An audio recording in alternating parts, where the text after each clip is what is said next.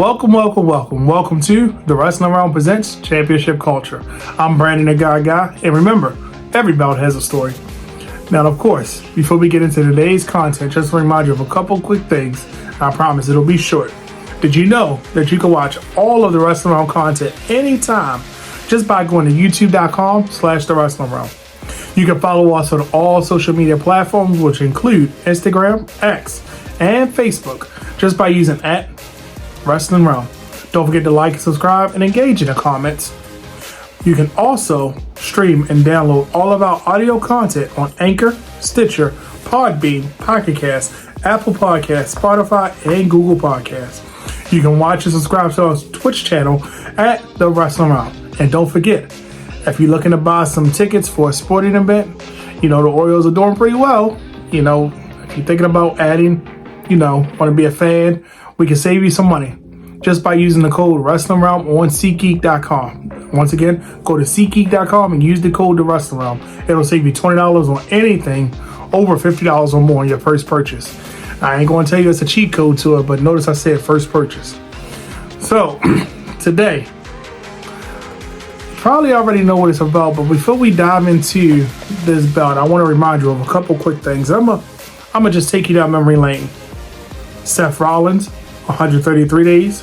Big E, 168 days. Bo Dallas, 208 days. Adrian Neville, 287. Sami Zayn, 62. Kevin Owens, 143. Finn Balor, 62. Samoa Joe, 121 and 14. Shinsuke Nakamura, 91 and 56. And last but not least, Bobby Roode at 203.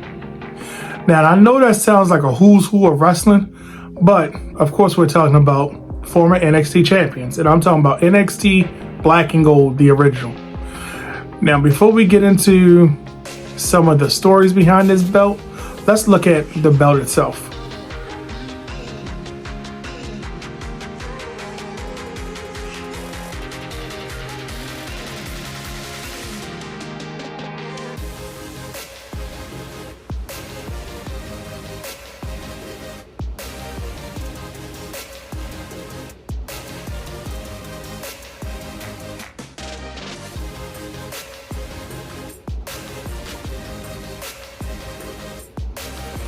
Here's a little bit of history about the Black and Gold. In June of 2012, the WWE restructured their game show NXT to really be a platform for wrestling. A lot of critics called it the Super Indies. Some people say that they kind of hurt ROH. Some people say it hurt TNA. But I think it actually strengthened it because it took those indie darlings, as we like to call them, and gave them a larger platform. Gave them the WWE Network to showcase everything and be able to show these are what these guys and women were doing on the independent circuit. Let's bring them here.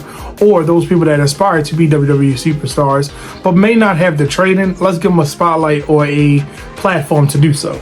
And that's what NXT did. So let's go back to the tournament to claim this champion. I'm going to read you a list of who's who was in the first tournament. Richie Steamboat, Leo Kruger, Bo Dallas, Jinder Mahal, Seth Rollins, Drew McIntyre, Justin Gabriel, and Michael McGillicuddy. It's interesting because if I give you the other names, you're going to laugh. Richie Steamboat versus, you remember who Leo Kruger was? That was Adam Rose. If you think about Bo Dallas, the brother of the late Bray Wyatt, Jinder Mahal is still in WWE, Seth Rollins / Tyler Black, Drew McIntyre / Drew Galloway, Justin Gabriel, Michael McGillicuddy. You know his name changed like 746 times as part of the B team. You name it, he's had a different name. But the finals wind up being Seth Rollins and Jinder Mahal, which if you go back and watch that match, Seth was wrestling more like Tyler Black than he was Seth Rollins that we know of today. And that was more of a high flyer, impactful, hit you, keep it moving, stick and move, a lot of spots. So you can tell the evolutions of Seth Rollins from his transition from Tyler Black, even from his ring gear, everything from there. The tournament happened, Seth Rollins the first champion. And because of the traction that the Shield was getting, because he got called up with Dean Ambrose and Roman Reigns, and they were the Shield, they kind of had to get the belt off of him. So who was the next greatest thing? Big E Langston. He had the crowd participating with his 5 gimmick and his song even said 3 ain't enough, man, I need 5. So of course he became the next champion. Well, lo and behold, he became a heavy for Dolph Ziggler and AJ Lee. So what happened? Big E had to drop the belt to the next big thing they had was Bo Dallas with his Believe campaign, going around the ring, being extra annoying. And I can't think enough that Pac/Adrian Neville took the belt from him. And it was an awesome ladder match. That match was probably better than what it should have been because of, I think people underestimated Bo Dallas and what he could do, but he definitely showed out in that match. And it was crazy because when Neville wrestled, it was like, okay, this guy has done things. We know him as Pac on the indie scene. We know that he's the man that gravity forgot. But here comes our hero, El Generico/Sami Zayn. Sami Zayn at this point in NXT couldn't do anything wrong.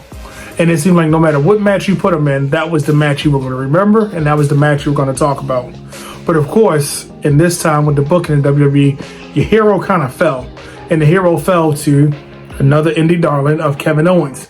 Kevin Owens kind of did what he did, the same thing at ROH that we had seen before, but now he has a bigger scale to do it. And he brutalized the celebration of our hero, Sami Zayn, and then he took the belt from him. He even took the belt to the main roster, had a program with John Cena, gained some main attention to NXT, and the black and gold was still flourishing at this time. Then from there, Owens was toppled by, the first leader of the Bullet Club, one of the biggest signings to date with NXT besides Shinsuke, and it was Finn Balor. Finn Balor won it, of course, ironically, at the Beast in the East show, where the Japanese crowd knew him. People over there knew who he was, and it was a crowning of their champion. But lo and behold, here comes another villain to take it from him, Samoa Joe. Takes it from him, and then here comes our hero, Shinsuke. Shinsuke gets the match back. And I'm going to say one thing about Shinsuke versus Joe. If you go back and watch it, there was an arm bar that he reversed to a clover leaf. I believe it was a clover leaf. But it was so fluid how they did it. It was like Samoa Joe and Shinsuke, they went blow for blow. Even though Samoa Joe is like a heavyweight and Nakamura is like a middleweight, not necessarily a super heavyweight, he traded blows with Joe because he was the king of strong style. Then, Joe gets it back. They have a little back and forth, and Shinsuke get it. But I think the greatest rivalry with this belt, and I wish they would have been able to translate it onto the main roster, was Shinsuke and Bobby Roode. Bobby Roode was the last person to hold this belt once he beat Shinsuke, and I feel like at that time, Bobby Roode was that guy, we knew him from TNA, but now here he is as the glorious one. A different type of feel, different type of aspect. And when I tell you, him and Shinsuke, their promo battle, we know Shinsuke was learning English and he was getting better with and getting better, but their promos made it so much better, especially because Shinsuke was talking about knee to face, and Bobby Roode even made fun of him doing like this. He said, what is all that going on? But their mic skills match, the in-ring ability, that was probably one of my favorite rivalries with this belt during this era of the black and gold. So now, let me tell you a little bit more about the belt. Upon first seeing this belt, I didn't want to call it a lazy design, but I felt like it was a lazy design. They literally just took the name and said, just make it something. But it fit the style of wrestlers that they had. The ultimate kind of like comparison to it was the X Division title. The X Division title in Impact and TNA always had a red X in the center as the focal point.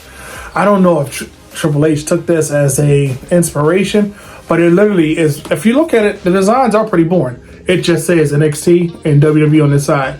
Nowhere to customize, nowhere to add anything about it, and it has a wider strap. So now, when the smaller guys that aren't the John Cena's, the Batista, but you have a Seth Rollins, a Bo Dallas, a Neville, it looks very important around their waist. The striking design difference, it's not a globe. It doesn't have any globes on it, no eagles. It's saying this is the brand and this is the champion for that brand. The women's belt at the time had a little bit more detail. It felt like more in line with a championship. This felt more like a, let's try something different. And at the time, NXT was trying a lot of things different, and they were doing a lot of things different. The Wednesday night made them set apart from each other. But the thicker strap, and this is something that Triple H kind of started doing with the belts, there's X's within it, and it's a smaller belt tip on the front, but on the back, it's a little thicker. But straight down the strap, and it reminds me of the NXT North American Championship with the thicker strap because the X is on both sides. And it's insane because I'm trying to hold it, as you can tell from the video, it's mirror. Not a lot of the belts look like it's a mirror finish, but this one, no matter what you do, you're going to see whatever's in front of you. As you can see in the ring light. But I'm telling you, this belt, I felt originally like it was a lazy design, but it grew on me. And it grew on me when I was in Ohio in 2016. I went to a house show, and it was, 2015. I went to a house show, and it was insane because they were selling this belt and the tag belts, and they were selling them for like, I think $250. They were trying to get rid of them. It was right before they changed this. And lo and behold, Bobby Roode, last person to hold it, first person to hold the new title. But this belt, the more that you see it, the more you appreciate it, especially going back and watching a Finn Balor come down as the Demon, watching a Shinsuke have it around his waist while he's riding a hoverboard to the ring. It drew your eye to them, and you're like, okay, Triple H always said it, we are NXT. It felt like NXT. It felt like the third brand. It felt like you want to pay attention to them because you want to see what is that guy doing with that belt. The tag team belts were a little different. They didn't have a second tier belt at the time when this one was out. It was just the men's world champion, the women's world champion, and then the tag team belt. And it was just a unique belt. So there you have it. A little history about the belt, a little bit about the people who held the belt, and a little look at the belt too. I will have to say, probably one of the nicest feeling belts as far as weight. Probably one of the nicest made belts because the strap is very, very durable. Seems like it's going to last for a while. And the wide straps don't bother me because it reminds me so much of the NXT North American Championship with the wider strap.